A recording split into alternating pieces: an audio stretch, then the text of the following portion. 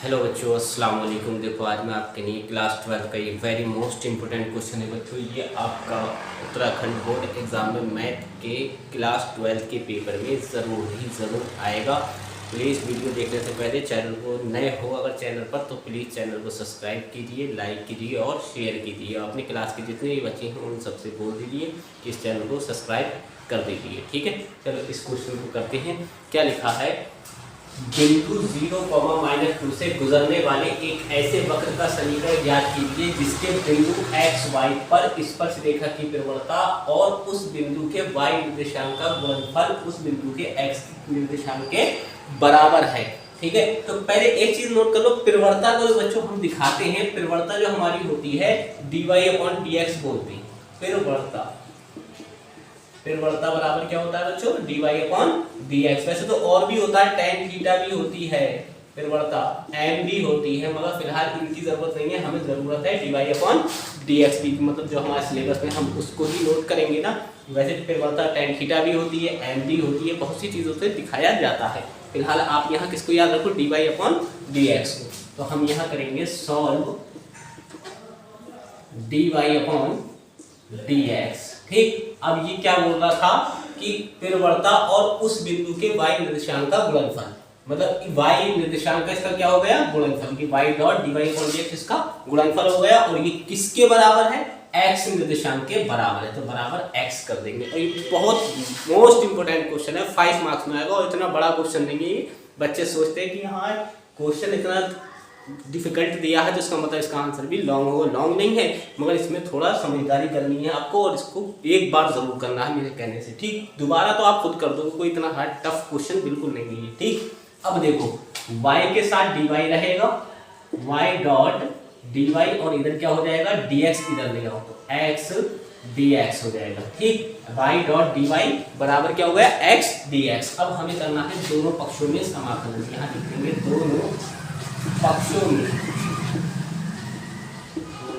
में समाकलन करने पर, दोनों पक्षों में समाकलन करने पर तो भाई ये आपका समाकलन यहाँ लगा दो और इसका साइन भी यहाँ लगा दो। ठीक, और बाकी बच्चा जानता है कि समाकलन y dy है तो इसका क्या होगा? इसकी पावर इस टाइम कितनी है? 1 है। यहाँ कोई पावर नहीं है तो वहाँ क्या होगी? 1 बढ़ जाती है तो y² और ये जो पावर है वही नीचे लिख दी जाती है। ठीक, समझ में आ गया होगा। तो अब बताओ इसका क्या होगा? y²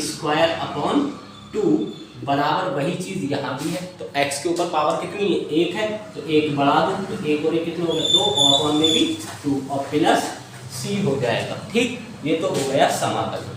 ठीक, अब ये पॉइंट जो दिया है, अब काम रह गया इस पॉइंट का। तो x का मान पहला वाला होता है, दूसरा y वाला। बिंदु 0, -2 पर c का मान, हमें क्या चाहिए? c का मान, मतलब जहां x है वहां आप 0 लगा दो और जहां y है वहां -2। तो ये y की प्लेस पे हमने क्या लगाया? -2 का स्क्वायर अपॉन 2 और ये तो हो ही 0 गया। क्यों? क्योंकि x का मान 0, यहाँ 0 रखोगे तो ये खत्म हो जाएगा और इधर क्या हो जाएगा आपका c और इसको समीकरण नंबर 1 भी बोल देना। अब 2 का स्क्वायर बच्चों कितना हो गया? 4। देखो अब -2 का स्क्वायर है तो याद रखना माइनस का भी -2 इंटू -2, इसका मतलब यही तो हुआ। तो माइनस माइनस प्लस 2 दूनी 4, तो 4 और अपॉन में क्या है? 2 और 2 से कितनी बार कैंसिल हो गया? 2 का। ठीक, और बराबर कितना हो गया? c। 4 था और ये 2, इस 2 ने इसे 2 का कैंसिल कर दिया। c की वैल्यू हमारी क्या आ गई बच्चों? 2 आ गई। ये हमारी क्या आ गई? c की वैल्यू आ गई। अब किस में करना है? c का मान उठा के समीकरण 1 में रख देना है। मैं यहाँ कर दे रहा हूँ,